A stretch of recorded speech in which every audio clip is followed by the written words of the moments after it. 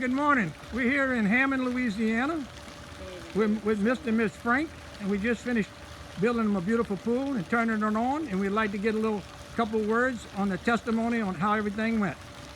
How about it, Miss Frank? We're extremely happy. The pool came in exactly on budget. Actually a little bit faster.